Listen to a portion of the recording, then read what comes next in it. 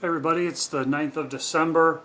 Uh, busy time of the year, I guess, as we wind up the year. We got folks on vacation getting ready for holidays, and we got a board meeting next week. Calls continue to come in. Looks like we're trending towards that 4,400 rather, somewhere between 44 4,500 calls for the year, so a pretty big jump again this year. Thanks to all the folks that have been working hard running all those calls and taking care of those. We'll be breaking those calls down, looking at everything and trying to evaluate how we go forward. Staffing committee recently met, actually on last Friday, and hopefully I believe Eric Walters is going around station to station and shift to shift and trying to get some resolution to consensus, I guess is what I should say. And I look forward to getting that recommendation coming from the staffing committee to the district, so we can look at that and see what works and what we can do, and try to find some solutions to our staffing situation as it relates to Station 6 mostly.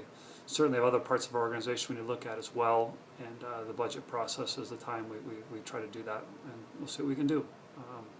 So we appreciate that committee's work, and everyone else that's working hard to make all the supporting pieces all come together. So thank you for that.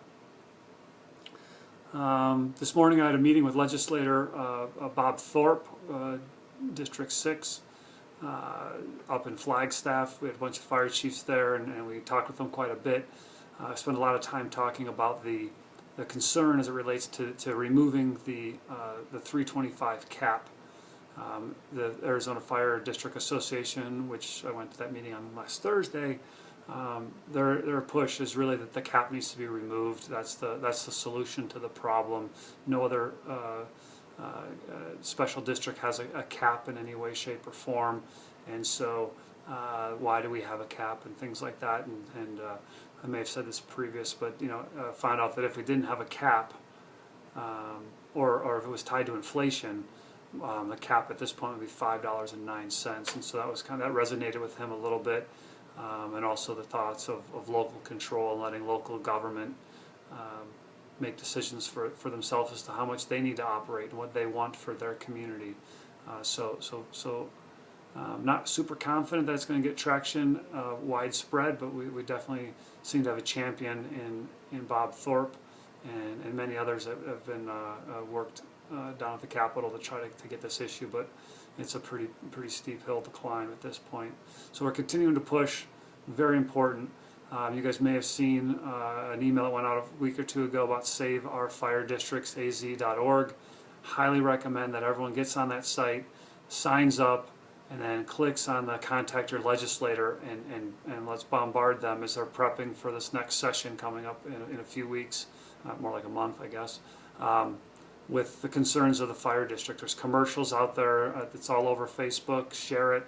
Put it out there. Get it to your friends. But they need to know that this is a big issue for fire districts across the state, and your support is greatly appreciated at all levels. So please check that website out, and share those links and things like that on Facebook and wherever else you are.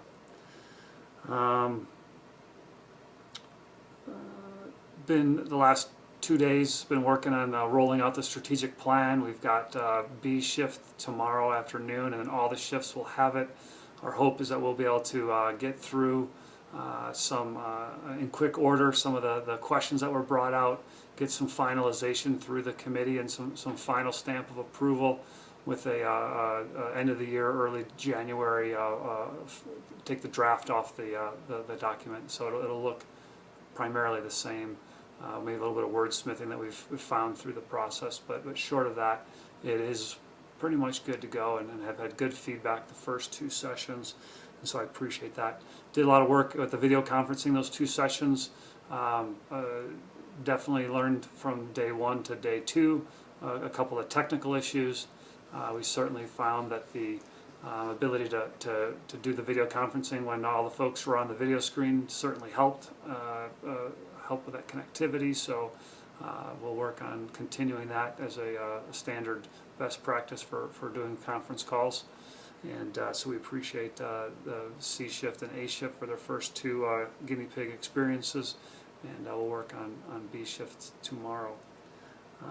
Board meeting next week. Looks like Scott Jablow has submitted his resignation effective at that meeting. So I believe the board is hoping to make an appointment at that meeting based upon their past interviews and things when they replaced Nizey Hazime's spot. So we'll see how that goes as well. So that'll be busy at that meeting. The 9/11 committee's working hard, trying to make some stuff happen for the 9/11 committee. They've actually recommending using LEA as the contractor. I'm sorry, as the architect. Get the drawings actually done and things like that. So things will get working in that and get a more firm understanding of actual cost for that. And there's a website that's up. We'll get that website out to you. There's a Facebook page that's up, and we're going to try to help spread the word and get some donations for that project. So exciting stuff there.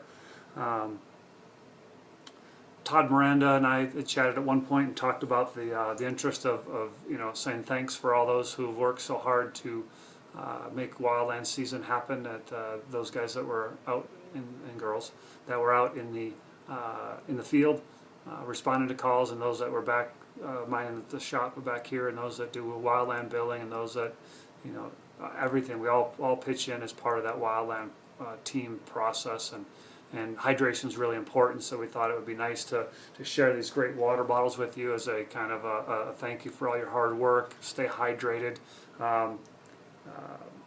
so we did a first run of these. We've got some ideas for a second run down the road. Everyone's being issued one, given one. We will be selling some in the front lobby. Great stocking stuffers if you want to give some away. They're $15, and then we will consider doing a second run and a couple of ideas. We talked about putting a QR code on the back side, so if you're out hiking or if people buy them and they're out hiking, they can scan that QR code and get into a map type system. So that's one of we're looking into that. But I hope you guys enjoyed that. I know you guys have worked hard. It's been a long year, and I just want to say thanks for everything. I know that the committee for Firefighter of the Year and Officer of the Year and Admin Employee of the Year are all out, where the committee's looking for some support and help, and we're trying to pick a date in early February for an actual employee appreciation dinner. So that's coming up right around the corner. More details to come with that, and that's about it. So I hope everyone has a happy, healthy, and safe holiday season. May do another update before the end of the year and wish you guys happy holidays again. But Hanukkah started the other day, so anyone that celebrates Hanukkah, happy Hanukkah, and certainly we appreciate the. Last thing I want to say was the Trend Neutralizer. Trend Neutralizer went great a few weeks ago. There's a makeup session at Weber's coming up in a week or so, maybe 10 days, something like that. Jane sent that out, so if you missed and you want to go to Weber's, you can go there. Your spouse can go there, get signed up, get the Trend Neutralizer done, and make that happen. We had great turnout and hopefully some valuable information for folks, and certainly we hope it has an impact in your health and safety personally. For you to take care of any issues that may have been found or anything of that sort. So thank you for that certainly as well. Have a great day, great holiday season, and we will be in touch. Take care. Thanks.